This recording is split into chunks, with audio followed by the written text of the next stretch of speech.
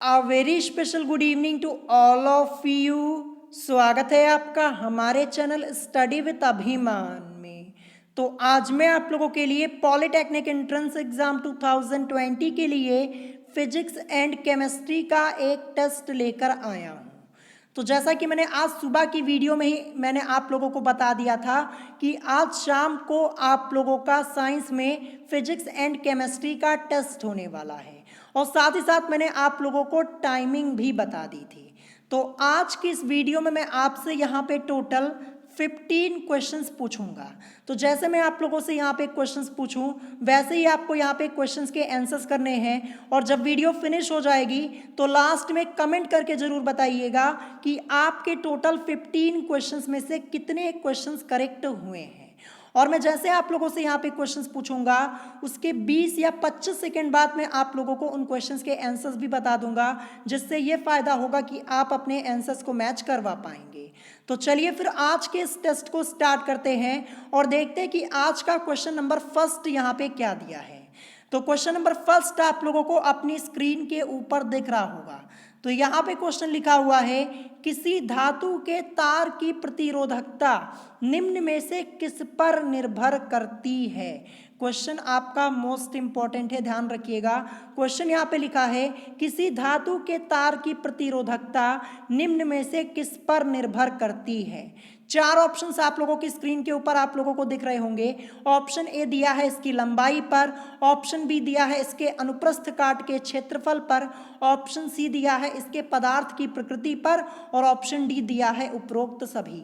तो सबसे पहले आप लोग अपना आंसर बताइए, फिर उसके बाद मैं आप लोगों को इस क्वेश्चन का करेक्ट आंसर बताऊंगा। क्वेश्चन इंपॉर्टेंट है जैसा कि मैंने आपको पहले ही बताया और यहाँ पे मैक्सिमम स्टूडेंट्स ने इस क्वेश्चन के आंसर को कर भी लिया होगा। तो क्वेश्चन नंबर फर्स्ट का करेक्ट आंसर क्या हो जाएगा। क्वेश्चन नंबर फर्स्ट का करेक्ट आंसर हो जाएगा ऑप्शन डी, यानी उपरोक्त सभी। यानी किसी धातु के तार की प्रतिरोधकता निम्न में से किस पर निर्भर करती है, तो इन सभी पर निर्भर करती है। ऑप्शन डी आपका इस क्वेश्चन का करेक्ट आंसर हो जाएगा। अब चलिए इसके बाद देखते हैं next question, question number second. तो क्वेश्चन नंबर सेकंड आप लोग अपनी स्क्रीन के ऊपर देख पा रहे होंगे। तो यहाँ पे क्वेश्चन लिखा हुआ है कि 4 वोल्ट की एक बैटरी से 1 ओम तथा 3 ओम के प्रतिरोध श्रेणी क्रम में जुड़े हैं। बैटरी से होकर प्रवाहित धारा है। तो हमें यहाँ पे धारा I का मान निकालना है। आपको यहाँ पे I की वैल्यू को फाइंड आउट करना है। 4 ऑप्शंस आप लोगों की स्क्रीन के ऊपर आप लोगों को दिख रहे होंगे। तो सबसे पहले आप लोग इस क्वेश्चन को सॉल्व कीजिए, इसका आंसर बताइए। फिर उसके बाद अभी मैं आपको एक क्वेश्चन सॉल्व करके भी बताऊंगा और इसका करेक्ट आंसर भी बताऊंगा। तो सबसे पहले आप लोग क्वेश्चन को सॉल्व कीजिए। क्वेश्चन आप लोगों को अपनी स्क्रीन के ऊपर दिख रहा होगा और ऑप्शंस भी आप लोगों को अपनी स्क्रीन के ऊपर दिख रहे होंगे। तो चलिए अब मैं आपको ये क्वेश्चन सबसे पहले सॉल्व करके दिखाऊंगा, फिर मैं आपको करेक्ट आंसर बताऊंगा। तो देखिए हमसे क्या पूछा गया है कि बैटरी से होकर प्रवाहित धारा है, तो हमें यहाँ पे I की वैल्यू को निकालना है। तो I इज इक्वल टू आखिर होता क्या है, I इज इक्वल टू आपका होता है V अपॉन R। और हमें यहाँ पे R पता ही नहीं है, प्रतिरोध हमें मालूम नहीं है। तो जब तक हमें प्रतिरोध नहीं पता होगा तब तक हम यहाँ पे धारा का मान नहीं निकाल पाएंगे। तो सबसे पहले क्या करेंगे, हम परिपथ का प्रतिरोध निकालेंगे। तो परिपथ का प्रतिरोध R इज इक्वल टू आपका यहाँ पे क्या हो जाएगा, देखिए यहाँ पे क्या लिखा है कि 4 वोल्ट की एक बैटरी से 1 ओम तथा 3 ओम के प्रतिरोध श्रेणी क्रम में जुड़े हैं। श्रेणी क्रम में जुड़े हैं तो R इज इक्वल टू आपका हो जाएगा R1 प्लस R2, ये हो जाएगा। और 2 ही प्रतिरोध यहाँ पे हैं, अगर 3 होता तो आगे लिखते प्लस R3, अगर 4 होता तो प्लस R4, ऐसे लिखते हुए हम चले आते, लेकिन यहाँ पे 2 ही है।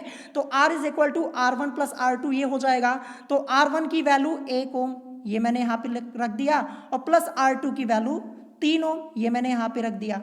तो यहाँ पे R इज इक्वल टू हमें क्या मिल गया, 4 ओम। ये मैंने यहाँ पे ओम का साइन बनाया हुआ है, ये आप लोगों को पता होगा। तो R इज इक्वल टू 4 ओम, ये हमें मिल गया। यानी हमें यहाँ पे प्रतिरोध मिल चुका है। जब प्रतिरोध हमें पता चल चुका है कि R इज इक्वल टू क्या है, 4 ओम, ये हमें पता चल चुका है। अब हम धारा का मान निकाल लेंगे। I इज इक्वल टू क्या होता है, V अपॉन R होता है। तो देखिए V की वैल्यू ये 4 वोल्ट हमें दी हुई है, तो V की जगह हम रख देंगे 4, और R की वैल्यू हमने 4 ऑलरेडी निकाली। यहाँ पे सॉल्व करेंगे तो हमें क्या मिल जाएगा, 1 और एम्पियर में आएगा, ठीक है, क्योंकि यहाँ पे धारा पूछी गई, धारा का मात्रक एम्पियर आप सब लोग जानते हैं। तो 1 एम्पियर कहाँ पे दिया है, ये आपका दिया है ऑप्शन सी में। ऑप्शन सी आपका इस क्वेश्चन का करेक्ट आंसर हो जाएगा और आप लोगों ने इस क्वेश्चन को बड़ी आसानी से सॉल्व भी कर लिया होगा। अब चलिए इसके बाद देखते हैं next question, question number 3। Question number 3 ये आप लोगों का मोस्ट इंपॉर्टेंट है, ध्यान रखिएगा। क्वेश्चन यहाँ पे है कि किरचॉफ का द्वितीय नियम आधारित है। मोस्ट इंपॉर्टेंट क्वेश्चन, ये आप लोगों ने पढ़ा होगा क्लास 11 12 में, आप लोगों ने ये क्वेश्चन जरूर पढ़ा होगा। क्वेश्चन यहाँ पे है कि किरचॉफ का द्वितीय नियम आधारित है। 4 ऑप्शंस आप लोगों की स्क्रीन के ऊपर आप लोगों को दिख रहे होंगे। ऑप्शन ए दिया है धारा के संरक्षण पर, ऑप्शन बी ऊर्जा के संरक्षण पर, ऑप्शन सी दिया है आवेश के संरक्षण पर और ऑप्शन डी दिया है इनमें से कोई नहीं। तो सबसे पहले आप लोग अपना आंसर बताइए, फिर उसके बाद मैं आप लोगों को इस क्वेश्चन का करेक्ट आंसर बताऊंगा। और यहाँ पे मैक्सिमम स्टूडेंट्स ने इस क्वेश्चन के आंसर को कर भी लिया होगा। तो किरचॉफ का द्वितीय नियम आधारित है ऊर्जा के संरक्षण पर, यानी ऑप्शन बी आपका इस क्वेश्चन का करेक्ट आंसर हो जाएगा और क्वेश्चन आप लोगों का मोस्ट इंपॉर्टेंट है। अब यहां से एक क्वेश्चन और बन सकता है, अगर आपसे पूछ लिया जाए कि किरचॉफ का द्वितीय की जगह क्या लिख दिया जाए, प्रथम लिख दिया जाए, और क्वेश्चन आपका क्या हो जाएगा फिर कि किरचॉफ का प्रथम नियम आधारित है, तब आपका आंसर क्या होगा। इसको भी प्रिपेयर कर लीजिएगा। यह भी आपसे पूछा जा सकता है कि किरचॉफ का प्रथम नियम आधारित है, तो जो किरचॉफ का प्रथम नियम है वो आवेश के संरक्षण पर आधारित है। किस पर आधारित है, आवेश के संरक्षण पर आधारित है। तो अगर आपसे क्वेश्चन पूछा जाए कि किरचॉफ का प्रथम नियम आधारित है, तो ये आधारित है आवेश के संरक्षण पर, लेकिन यहाँ पे द्वितीय पूछा गया है तो ऊर्जा के संरक्षण पर। ऑप्शन बी इस क्वेश्चन का करेक्ट आंसर हो जाएगा। अब चलिए इसके बाद देखते हैं नेक्स्ट क्वेश्चन, क्वेश्चन नंबर 4। तो क्वेश्चन नंबर 4 आप लोग अपनी स्क्रीन के ऊपर देख पा रहे होंगे, ये भी आपका एक न्यूमेरिकल है। यहाँ पे क्वेश्चन लिखा है यदि 5 प्रतिरोध जिनके मान, यानी जिनके प्रत्येक के मान 1/5 ओम है, श्रेणी क्रम में संयोजित है, उनके द्वारा प्राप्त हो सकने वाला अधिकतम प्रतिरोध है। यानी आपको यहाँ पे क्या बताना है कि उनके द्वारा प्राप्त हो सकने वाला अधिकतम प्रतिरोध क्या होगा, ये हमें यहाँ पे निकालना है। 4 ऑप्शंस आप लोगों की स्क्रीन के ऊपर आप लोगों को दिख रहे होंगे। तो क्वेश्चन को बहुत ही ध्यान से पढ़िएगा। यहाँ पे लिखा है यदि 5 प्रतिरोध जिनके मान, यानी प्रत्येक के मान, जो 5 प्रतिरोध है ना, प्रत्येक के मान 1/5 ओम है, ये ध्यान रखिएगा। यहाँ पे क्वेश्चन में साफ साफ लिखा हुआ है और श्रेणी क्रम में संयोजित है। तो सबसे पहले आप लोग इस क्वेश्चन को सॉल्व कीजिए, फिर इसके बाद मैं अभी आपको एक क्वेश्चन सॉल्व करके भी बताऊंगा। क्वेश्चन आपका इजी है, बड़े आसानी से आप लोग कर पाएंगे। देखिए अगर आपको श्रेणी क्रम पता होगा ना, तो बड़े आसानी से आप लोग इस क्वेश्चन को सॉल्व कर पाएंगे। और ये श्रेणी क्रम वाला टॉपिक होता है, श्रेणी क्रम और समांतर क्रम, ये आप लोगों ने क्लास 10th में पढ़ा होगा और मैक्सिमम लोगों को आता भी होगा। तो चलिए अब मैं आपको एक क्वेश्चन सॉल्व करके बता देता हूं। सबसे पहले देखिए यहाँ पे पहले क्या कहा जा रहा है कि यदि 5 प्रतिरोध जिनके प्रत्येक के मान क्या है, 1/5 ओम है और श्रेणी क्रम में जुड़े हैं। सबसे बड़ी बात यहाँ पे क्या लिखी है कि श्रेणी क्रम में जुड़े हैं, श्रेणी क्रम में जुड़े हैं और कितने हैं, 5 प्रतिरोध हैं। तो यहाँ पे क्या हो जाएगा, R इज इक्वल टू आपका हो जाएगा R1 plus R2 plus R3 plus R4 और प्लस R5, ये आपका हो जाएगा। R5 तक ही क्यों लिखा, क्योंकि 5 प्रतिरोध की यहाँ पे बात हो रही है और श्रेणी क्रम में है, तो यही तो यूज होगा हमारा फॉर्मूला यहाँ पे। R is equal to R1 plus R2 plus R3 plus R4 plus R5। 5 प्रतिरोध है, अगर इससे ज्यादा होता तो इससे और आगे जाते, R6 तक जाते, R7 तक जाते, लेकिन 5 है तो 5 तक ही जाएंगे। और देखिए प्रत्येक का मान क्या है, 1/5 ओम है। तो कुछ नहीं करना है, आगे सॉल्व करेंगे।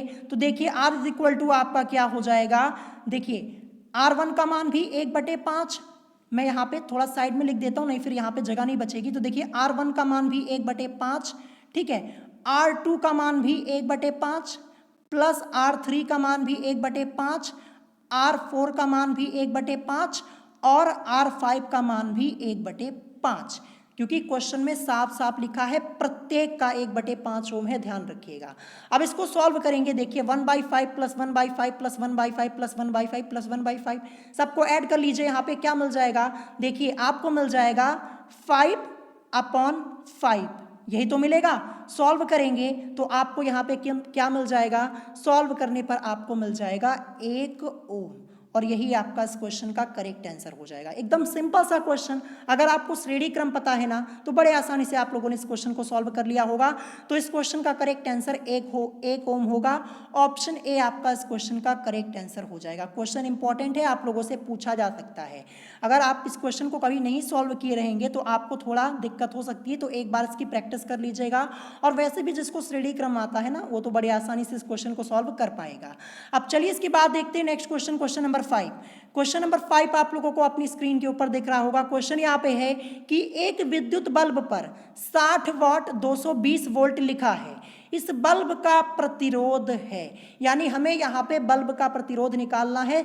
4 ऑप्शंस आप लोगों को यहाँ पे दिख रहे होंगे।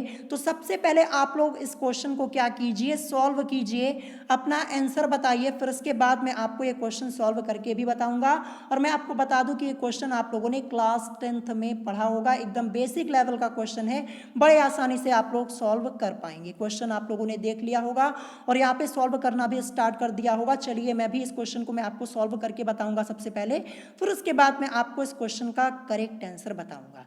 तो देखिए यहाँ पे क्या लिखा हुआ है कि एक विद्युत बल्ब पर 60 वॉट 220 वोल्ट लिखा है। तो हमें यहाँ पे विद्युत शक्ति क्या दी है, P की वैल्यू, यानी विद्युत शक्ति हमें कितनी दी गई है, 60 वॉट। तो P is equal to 60 watt, ये हमें यहाँ पे पता है, ये हमें यहाँ पे पता है ना। और V इज इक्वल टू हमें कितना दिया है, ये देखिए 220 वोल्ट, ये भी हमें यहाँ पे पता है। तो V की वैल्यू 220 वोल्ट ये हमें क्वेश्चन में दी गई है। और देखिए P इज इक्वल टू आपका फॉर्मूला क्या होता है, P इज इक्वल टू आपका फॉर्मूला होता है V² अपॉन R, ये आपका फॉर्मूला होता है। ये फॉर्मूला आप लोगों ने बहुत पहले पढ़ा होगा क्लास 10th में। तो P is equal to V² upon R होता है।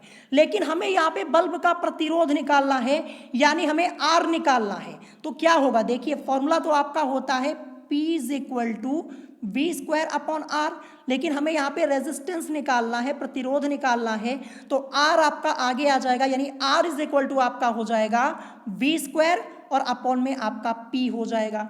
तो देखिए V की वैल्यू हमें कितनी दी हुई है, ये देखिए 220 वोल्ट हमें दिया हुआ है। तो देखिए 220 का क्या हो जाएगा, स्क्वायर हो जाएगा, क्योंकि यहाँ पे V² है ना, और अपॉन में P की वैल्यू यहाँ पे 60 दी हुई है, 60 वॉट हमें पता है, तो यहाँ पे रख देंगे 60 अपॉन में। अब इसी को सॉल्व कर लीजिए। तो सॉल्व करेंगे, देखिए 220 गुणे 220 ये हो जाएगा, क्योंकि स्क्वायर है, और अपॉन में आपका 60 दिया हुआ है। जब आप इसको सॉल्व करेंगे, कैलकुलेट करने के बाद आपको क्या मिल जाएगा, कैलकुलेट करने के बाद आपको यहाँ पे मिल जाएगा 806.67 ओम, यानी ऑप्शन डी आपका इस क्वेश्चन का करेक्ट आंसर हो जाएगा। तो देखिए क्वेश्चन आपका बहुत ही सिंपल है, अगर आपको फॉर्मूला पता है, फॉर्मूला कैसे यूज करना है, तो बड़े आसानी से आप लोग इस क्वेश्चन को सॉल्व कर पाएंगे। ऑप्शन डी इस क्वेश्चन का करेक्ट आंसर हो जाएगा। आई होप आपको ये क्वेश्चन समझ में आया होगा। अब चलिए इसके बाद देखते हैं नेक्स्ट क्वेश्चन, क्वेश्चन नंबर 6। तो क्वेश्चन नंबर 6 जो कि आपका मोस्ट इंपॉर्टेंट है क्वेश्चन, यहाँ पे है कि अमीटर को समांतर क्रम में जोड़ने पर धारा प्रवाहित होगी। क्वेश्चन यहाँ पे है कि अमीटर को समांतर क्रम में जोड़ने पर धारा प्रवाहित होगी। ऑप्शन ए दिया है कम, ऑप्शन बी दिया है उतनी ही, ऑप्शन सी दिया है अधिक, और ऑप्शन डी दिया है 0। तो सबसे पहले आप लोग इस क्वेश्चन का आंसर कीजिए। मैं आपको बता दूं इसी टाइप के क्वेश्चंस आप लोगों के एंट्रेंस एग्जाम में पूछे आते हैं, जिसमें आप लोग हो जाते हैं कंफ्यूज। तो क्वेश्चन मोस्ट इंपॉर्टेंट है, इसको प्रिपेयर कर लीजिएगा।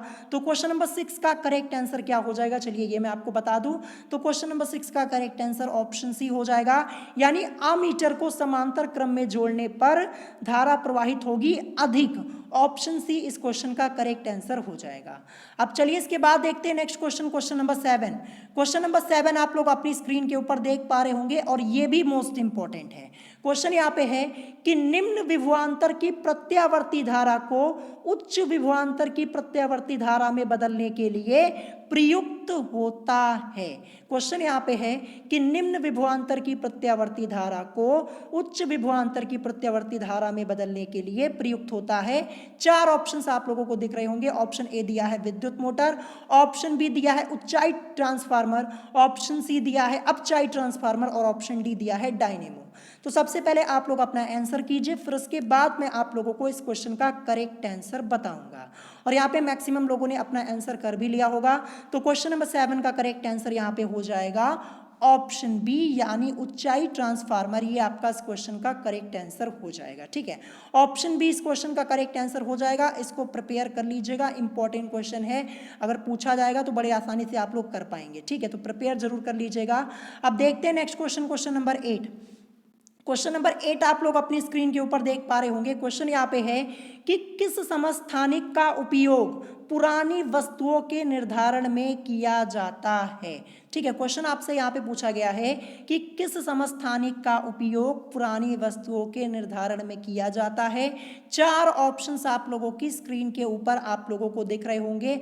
ऑप्शन ए दिया है C14, option B C16, option C दिया है C13 और ऑप्शन डी दिया है इनमें से कोई नहीं।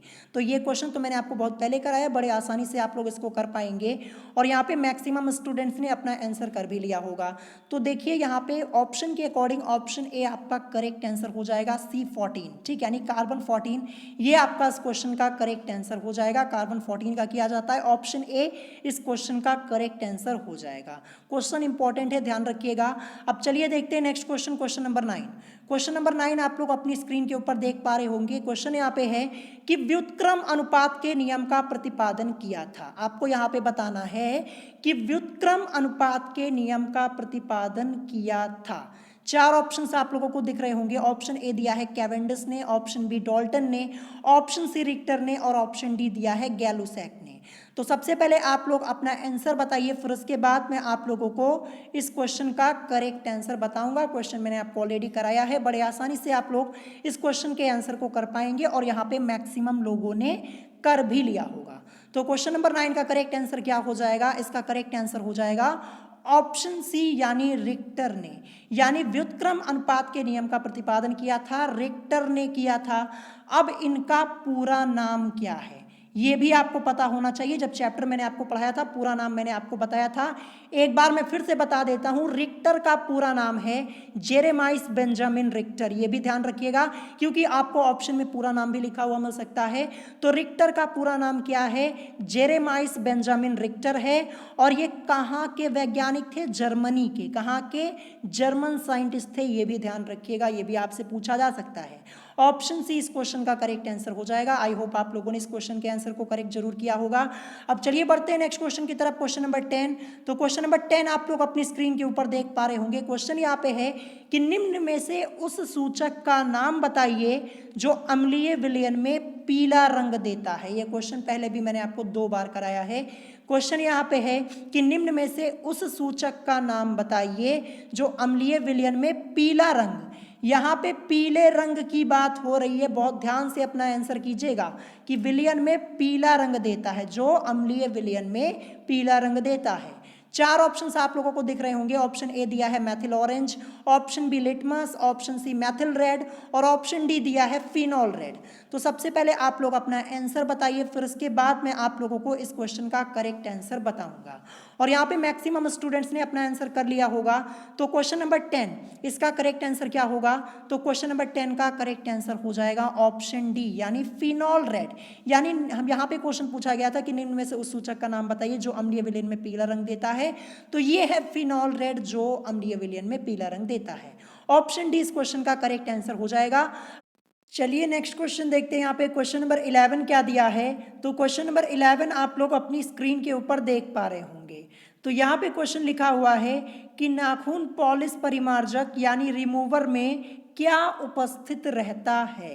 क्वेश्चन क्या है कि नाखून पॉलिश परिमार्जक यानी रिमूवर में क्या उपस्थित रहता है। 4 ऑप्शंस आप लोगों की स्क्रीन के ऊपर आप लोगों को यहाँ पे दिख रहे होंगे। तो सबसे पहले आप लोग अपना आंसर बताइए, फिर उसके बाद मैं आप लोगों को इस क्वेश्चन का करेक्ट आंसर बताऊंगा।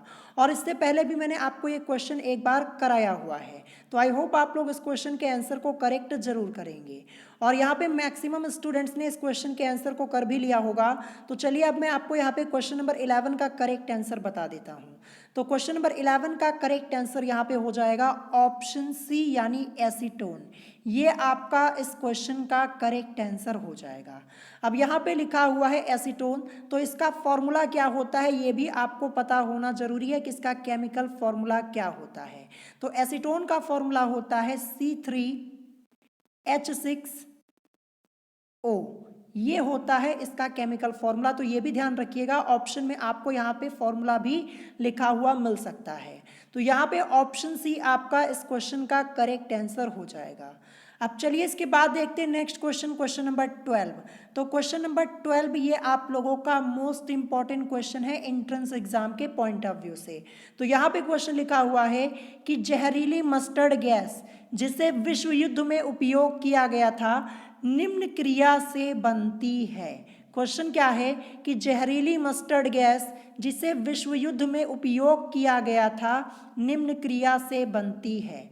तो चार ऑप्शंस आप लोगों की स्क्रीन के ऊपर आप लोगों को यहाँ पे दिख रहे होंगे। तो सबसे पहले आप लोग अपना आंसर बताइए, फिर उसके बाद मैं आप लोगों को इस क्वेश्चन का करेक्ट आंसर बताऊंगा। मैं आपको ऑप्शंस यहाँ पे पढ़ के बता दे रहा हूँ। ऑप्शन ए दिया है एथाइन व सल्फर डाइऑक्साइड, ऑप्शन बी दिया है एथीन व सल्फर मोनोक्लोराइड, ऑप्शन सी दिया है एथीन व सल्फर डाइऑक्साइड और ऑप्शन डी दिया है इनमें से कोई नहीं। तो यहाँ पे मैक्सिमम स्टूडेंट्स ने अपना आंसर कर लिया होगा। तो चलिए अब मैं आपको यहाँ पे क्वेश्चन नंबर 12 का करेक्ट आंसर बता देता हूँ।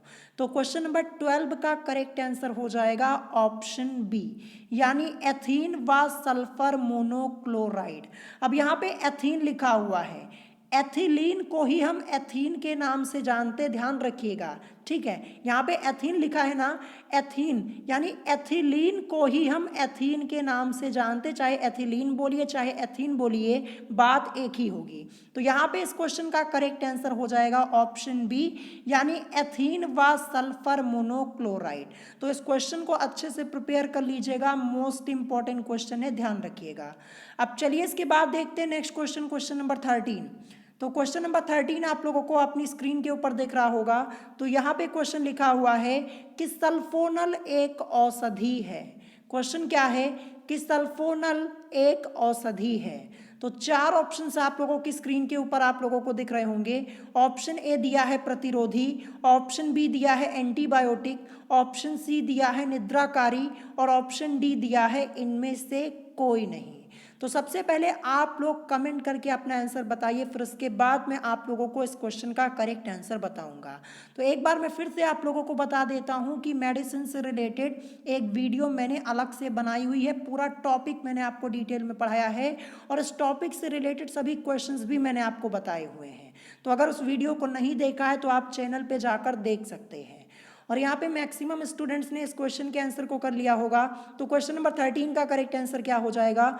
तो क्वेश्चन नंबर 13 का करेक्ट आंसर हो जाएगा ऑप्शन सी यानी निद्राकारी। तो सल्फोनल एक औषधि है, निद्राकारी है, यानी ऑप्शन सी आपका इस क्वेश्चन का करेक्ट आंसर हो जाएगा। और इसके अलावा एक औषधि और होती है वेरोनल। कौन सी? वेरोनल, वो भी निद्राकारी होती है, ध्यान रखिएगा।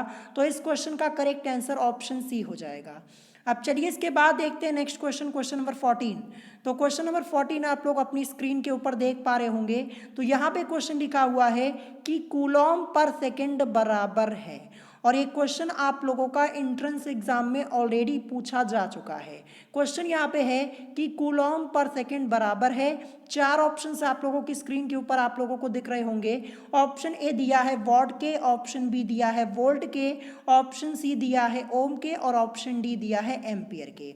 तो सबसे पहले आप लोग अपना आंसर कमेंट करके बताइए, फिर उसके बाद मैं आप लोगों को इस क्वेश्चन का करेक्ट आंसर बताऊंगा। और इससे पहले भी मैंने आपको ये क्वेश्चन एक बार कराया हुआ है। तो यहाँ पे मैक्सिमम स्टूडेंट्स ने अपना आंसर कर लिया होगा। तो क्वेश्चन नंबर 14 का करेक्ट आंसर क्या हो जाएगा? क्वेश्चन नंबर 14 का करेक्ट आंसर हो जाएगा ऑप्शन डी यानी एम्पियर के। अब ये कैसे आया, चलिए मैं आपको समझा देता हूँ। तो जब मैंने आपको चैप्टर पढ़ाया था विद्युत धारा वाला, तो वहाँ पे मैंने आपको एक रिलेशन बताया था कि I इज इक्वल टू क्या होता है? I इज इक्वल टू आपका होता है Q अपॉन T, ये रिलेशन मैंने आपको पहले बताया हुआ है। आई यहाँ पे क्या है, धारा है, क्यू यहाँ पे क्या है, आवेश, और टी यहाँ पे समय है। तो देखिए आई यानी विद्युत धारा, इसका मात्रक क्या होता है, एम्पियर होता है। तो मैं यहाँ पे एम्पियर लिख सकता हूँ, तो मैंने यहाँ पे देखिए एम्पियर लिख दिया, ठीक है, क्योंकि विद्युत धारा का मात्रक क्या होता है, धारा का मात्रक एम्पियर ही तो होता है, तो यहाँ पे मैंने एम्पियर लिख दिया। फिर इज इक्वल टू क्यू, यहाँ पे आवेश है और आवेश का मात्रक क्या होता है, कूलॉम होता है। आवेश का मात्रक क्या होता है, कूलॉम, मैंने आपको कई बार बताया हुआ है। तो यहाँ पे कूलॉम लिख दिया और अपॉन में क्या हो जाएगा, देखिए टी यहाँ पे है समय, जिसको हम सेकेंड में, ठीक है, यहाँ पे मैंने सेकेंड लिख दिया। तो देखिए एम्पियर बराबर कूलॉम अपॉन में सेकेंड, ये आपका आया हुआ है। तो कूलॉम पर सेकेंड ये किसके बराबर हो जाएगा, कूलॉम पर सेकेंड, ये आपका बराबर हो जाएगा एम्पियर के ना। तो इसीलिए आपका इस क्वेश्चन का करेक्ट आंसर क्या हो जाएगा, एम्पियर हो जाएगा, यानी ऑप्शन डी आपका इस क्वेश्चन का करेक्ट आंसर हो जाएगा। तो आई होप आप लोग इस क्वेश्चन को समझ पाए होंगे और मैक्सिमम स्टूडेंट्स ने इस क्वेश्चन के आंसर को करेक्ट जरूर किया होगा। अब चलिए देखते हैं आज का लास्ट क्वेश्चन, क्वेश्चन नंबर 15। तो क्वेश्चन नंबर 15 आप लोग अपनी स्क्रीन के ऊपर देख पा रहे होंगे और ये भी क्वेश्चन आप लोगों का मोस्ट इंपॉर्टेंट है और यूपी पॉलिटेक्निक एंट्रेंस एग्जाम 2013 में ऑलरेडी एक बार पूछा जा चुका है। तो क्वेश्चन क्या है कि चित्र में ए और बी के बीच तुल्यांकी प्रतिरोध होगा। तो आपको यहाँ पे एक फिगर दिख रहा होगा और यहाँ पे पूछा गया है कि ए और बी के बीच तुल्यांकी प्रतिरोध होगा। तो चलिए फिर हम इस क्वेश्चन को सॉल्व करना स्टार्ट करते हैं। सबसे पहले आप लोग इस क्वेश्चन को सॉल्व कीजिए, इसका आंसर बताइए, फिर उसके बाद मैं आपको ये क्वेश्चन सॉल्व भी करके बताऊंगा और उसका करेक्ट आंसर भी बताऊंगा। तो क्वेश्चन बहुत ईजी है, बड़े आसानी से आप लोग इस क्वेश्चन को सॉल्व कर पाएंगे। तो देखिए चलिए मैं आपको ये क्वेश्चन सॉल्व करके बताता हूं। तो सबसे पहले देखिए ये जो आपका यहाँ पे फिगर बना हुआ, यहाँ पे ये देखिए, ये जो आपका रेजिस्टेंस दिया है, प्रतिरोध दिया है, ये किस क्रम में है। तो देखने से ही आपको ये पता चल रहा है कि ये किस क्रम में है, ये आपका समांतर क्रम में है, ठीक है, किस क्रम में है, समांतर क्रम में है। और जब समांतर क्रम में है तो यहाँ पे फॉर्मूला क्या यूज हो जाएगा, हमें यहाँ पे तुल्यांकी प्रतिरोध निकालना है, ठीक है। तो यहाँ पे फॉर्मूला आपका हो जाएगा 1/r is equal to 1/r1 plus 1/r2। इसी फॉर्मूले का हम यूज करेंगे क्योंकि जैसा कि आप लोग देख पा रहे होंगे जो रेजिस्टेंस है ये आपका समांतर क्रम में है, ठीक है। और यहाँ पे दो प्रतिरोध हैं, जैसा कि आप लोग देख पा रहे होंगे, ये 2 ओम और ये 2 ओम, दो प्रतिरोध हैं और समांतर क्रम में है यहाँ पे। तो क्या हो जाएगा, यहाँ पे चलिए हम वैल्यूज को पुट कर देते हैं। तो क्या हो जाएगा, 1/r1 की जगह 2 ओम, ठीक है, क्योंकि 2 ही ओम तो है यहाँ पे। फिर उसके बाद प्लस 1/r2, तो यहाँ भी 2 ओम है, यानी 1/2 ये आपका हो जाएगा। अब इसको सॉल्व कर लीजिए, देखिए सॉल्व करेंगे 1 + 1 आपका 2 और अपॉन में तो 2 रहेगा ही। तो यहाँ पे सॉल्व करेंगे, सॉल्व करने पर आपको यहाँ पे r की वैल्यू क्या मिल जाएगी, r की वैल्यू आपको यहाँ पे मिल जाएगी 1 ओम और यही आपका इस क्वेश्चन का करेक्ट आंसर हो जाएगा। तो 1 ओम आपका कहाँ दिया है, ऑप्शन में, ये आपका दिया हुआ है ऑप्शन बी में। ऑप्शन बी आपका इस क्वेश्चन का करेक्ट आंसर हो जाएगा, यानी r की वैल्यू हमारी क्या निकली, 1 ओम यहाँ पे निकली हुई है। तो ये ओम का निशान मैंने यहाँ पे बनाया हुआ, जैसा कि आप लोग देख पा रहे होंगे, ये हमें वैल्यू मिल गई 1 ओम। तो ऑप्शन बी आपका इस क्वेश्चन का करेक्ट आंसर हो जाएगा। तो अगर आप लोगों को श्रेणी क्रम और समांतर क्रम ये सब आता है तो बड़े आसानी से आप लोग इस टाइप के क्वेश्चन को सॉल्व कर पाएंगे और ये आपका क्लास 10th का टॉपिक होता है, मैक्सिमम लोगों को आता भी होगा। तो यहाँ पे इस क्वेश्चन का करेक्ट आंसर हो जाएगा ऑप्शन बी, यानी 1 ओम। तो आज की इस वीडियो में मैंने आपको यहाँ पे टोटल 15 क्वेश्चन कराए, यानी टोटल 15 क्वेश्चंस मैंने आप लोगों से यहाँ पे पूछे हुए हैं। तो कमेंट करके ये बताइएगा कि आपके टोटल 15 क्वेश्चंस में से कितने क्वेश्चंस करेक्ट हुए हैं। तो कमेंट करके ज़रूर बताइएगा। और अगर आज की इस वीडियो में आप लोगों को कोई बात नहीं समझ में आई हो तो आप मुझसे कमेंट करके पूछ सकते हैं। और अगर आज की वीडियो आप लोगों को पसंद आई हो तो वीडियो को लाइक करना मत भूलिएगा और साथ ही साथ हमारे चैनल स्टडी विद अभिमान को सब्सक्राइब करना मत भूलिएगा। तो आज की वीडियो में इतना ही, मिलेंगे नेक्स्ट वीडियो में। Thanks for watching.